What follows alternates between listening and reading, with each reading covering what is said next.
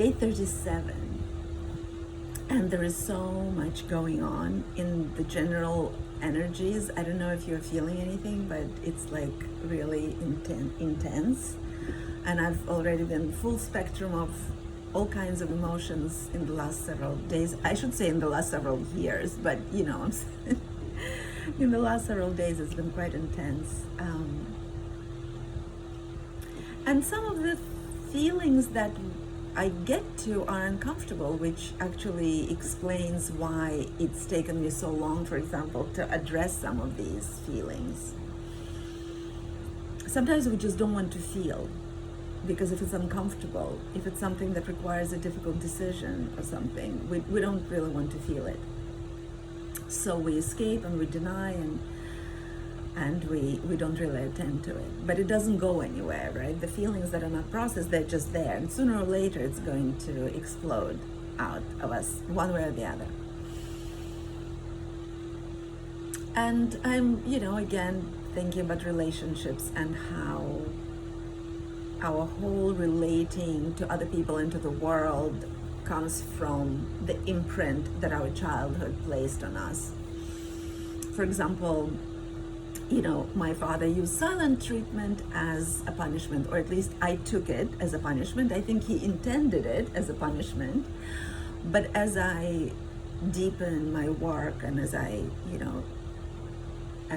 understand human behavior, and especially the way we relate to each other, I understand that it's very possible his silent treatment was a form of shutdown, a post-trauma adaptation where you just shut down because the feelings are complicated and he didn't know how to process them and how to react, and silence is just that sometimes. So when I started doing my work, I was confronted with the fact that I couldn't tolerate silence.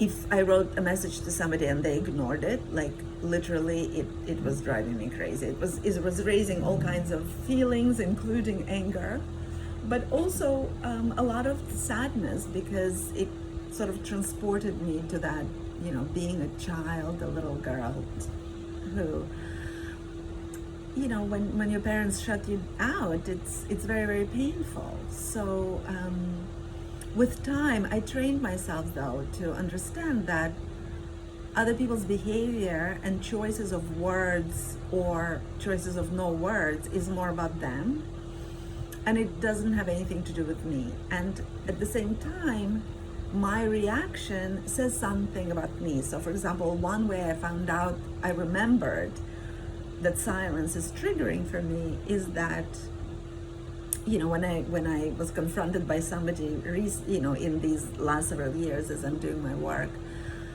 who would go into silence, I started feeling really, really badly, and rationally I couldn't quite understand why I would have such a strong reaction. But as I was digging, I understood that, that's my childhood reaction. Because in childhood, it felt like the end of the world if your father shuts you out of his, as if I didn't exist, right? He could walk into the room and just not speak to me and ignore me and things like that. And then, of course, I proceeded to do the same with my husband, when we would fight, and I would probably, have done it to my children and everything like that, until I started understanding how completely horrible and destructive it is. But what is important for us grown-ups to understand is that the framework, the imprint that we received in childhood, whatever interactions we've observed in childhood, whatever we felt in childhood is now coded in our nervous system. So it's not just mental work, right? It's also body work. So for example, as a grown-up, I could understand that, logically, after having done so much work, I can understand that, for example, let's continue with silence, doesn't mean anything about me, that it's the other person's inability to address their feelings or communicate their feelings or wishes, or maybe even putting boundaries. And at the same time, I'm still living with discomfort, right? Because in my body, what's being triggered is my old experience, the old cellular memory. So what we have the tendency then to get angry and lash out at the other person, or hold a grudge, or start plotting, and we go into these cyclical words about how horrible they are, and how, basically planning all this, so much noise around that, and we're like ruminating and ruminating and ruminating. Whereas the more healthy, more healing way to do is to not allow the mind to go into that chatter, because it doesn't even solve anything, right? It's just noise. And go into the body and sit with the feelings. And I know that this is really, really hard, because I know that it's hard for me, and I'm quite a trained person by now, and I know it's really, really hard for the people with whom I'm working. And yet, training yourself to sit with discomfort is extremely valuable, because then you can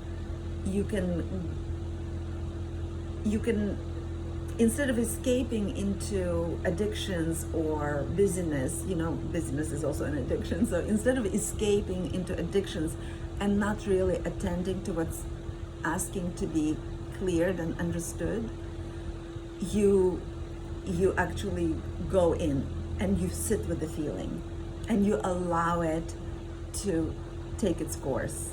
And maybe in the beginning you won't be able to sit with it for too long, and maybe in the beginning it will be shorter, and then you'll have to go in again next time you'll confront it. It might be done in stages like this, but attending to the feeling is all that's needed, because feelings just want to be felt. And we've been, our childhood adaptations have brought us to shutting down, fight, flight, freeze, right? We haven't been able to process our big emotions when we were children, and we continue that same process when we're grown-ups. So we react as a trigger and lash out onto other people, or we escape in addictions. None of it really serves us, right? So for us to be able to break through some blocks in our relationships, that ability to sit with our own feelings is extremely essential and really, really, necessary in many ways, because not only will it then bring you to the next level of relating with the people with whom you're in relationship, it also allows you to attend to your own inner child and process. And then of course there are all kinds of somatic healing tools which I share in my classes and in my work, and anyway they're widely available everywhere now, where there are other ways also to manage that energy, because feelings that are stuck in our body it's energy that needs to be moved. It's an energy that's stuck from childhood. It creates all kinds of discomfort and even pain, and sometimes it becomes a physical manifestation through illness, and it needs to be attended to. But ultimately it's just energy that hasn't been moved, the energy that's stuck, and it needs to allow it to be moved. We need to get back to that flow so that the energy is moving. And and today, I've in the last several months particularly, I was confronted by these big feelings that I thought I have already processed, but I needed to go deeper, and I was confronted again how incredibly uncomfortable it is. But there is really nothing to do other than just being with the feelings and training our nervous system to deal with discomfort, to live with discomfort, because it's really, really important to, that's such an important skill. And that's when we can go deeper in our relationships as well, rather than like shouting and just blaming the other and projecting on the other, right? Our feelings are always ours. So when we can process our own feelings, we can then come back to our partners or other people with whom we're relating, and speak to them in a different way, effectively getting out of the stalemate, getting out of that sort of pattern that's become impossible to break out. So this is what I'm going through today. I've been processing enormous amount, and we do have this tendency to go into the mind and ruminating and trying to understand what's in the head of the other and dissect the other, but it doesn't really serve us. It doesn't really serve us, right? Because we'll never know what's in the head of the other. We'll barely understand what's in our own head. Going into the body and really dealing with the actual feeling, not the thoughts, feelings. That's the way out. All right, everyone, this is what came up for me today. See you tomorrow.